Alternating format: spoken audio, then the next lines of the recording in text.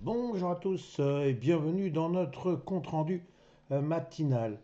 Ce fut une séance où la baisse a dominé, que ce soit sur notre territoire qu'aux États-Unis avec le S&P 500.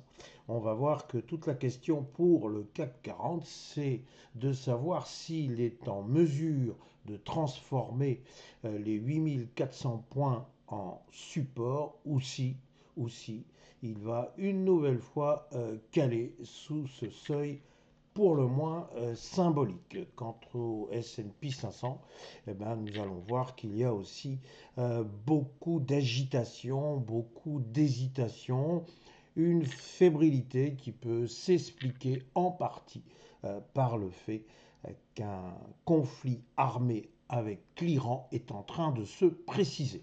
Alors commençons immédiatement avec notre CAC 40, que l'on voit bien ici, qui quelque part se moque un tout petit peu de nous, puisque il clôture à 8398 francs 78, il perd moins 0,36.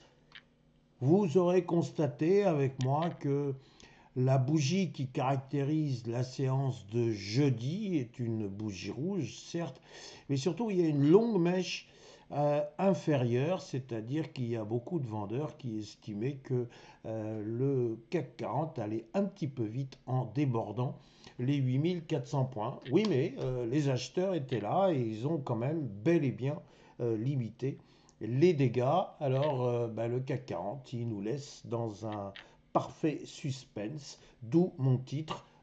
Est-ce un nouveau support? C'est 8400 points. Pour le moment, ce n'est toujours pas évident.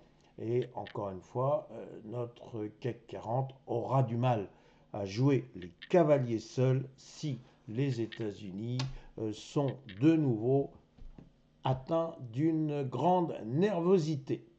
Alors vous voyez que ma transition est toute trouvée pour venir vous parler du S&P 500.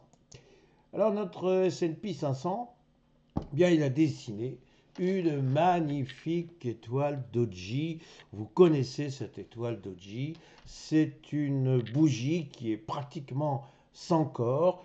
Donc ça veut dire qu'il n'y a aucun des deux camps qui n'est parvenu à prendre l'ascendant. Donc on voit bien que notre S&P 500, il a cherché à prendre de la hauteur et il n'y est pas vraiment arrivé.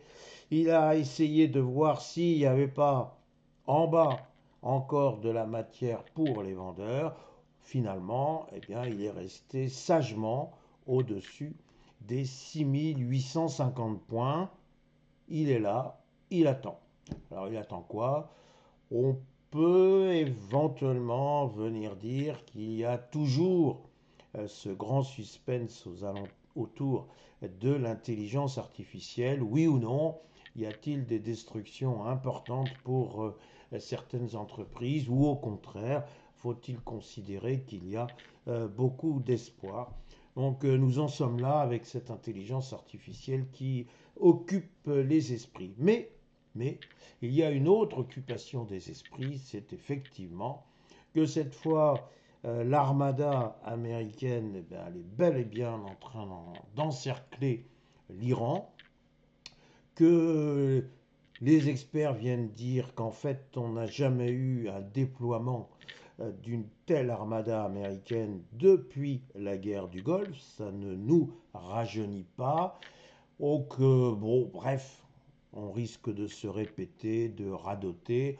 On voit mal les États-Unis déployer une telle armada, un tel armement sans servir. Vous imaginez quelle serait l'attitude de M. Trump, ou plus exactement, quelle serait son image s'il venait à dire bon, bah écoutez, je repars. Alors, évidemment, il repartirait si les mollahs disent bon, bah écoutez, on rend les armes, on vous dit où sont nos armes nucléaires, et puis vous savez, on arrête de martyriser notre population, et le mot martyriser est totalement insuffisant.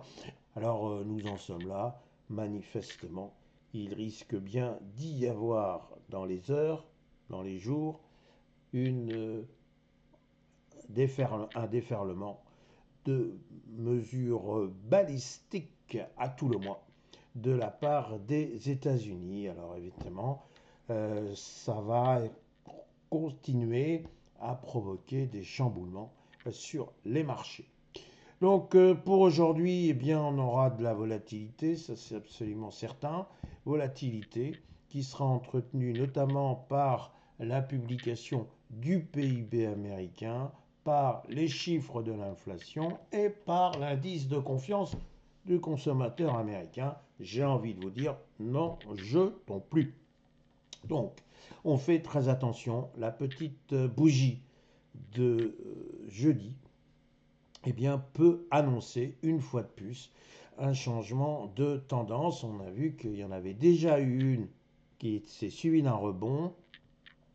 Là, on a encore un marché qui hésite. Donc, s'il hésite, c'est qu'il ne sait pas. S'il ne sait pas, eh ben, ce n'est pas nous qui allons savoir à sa place. Voilà mes réflexions du jour. Il me reste à vous souhaiter une excellente séance et un excellent week-end où, paraît-il, la pluie va nous laisser un peu de répit. Merci.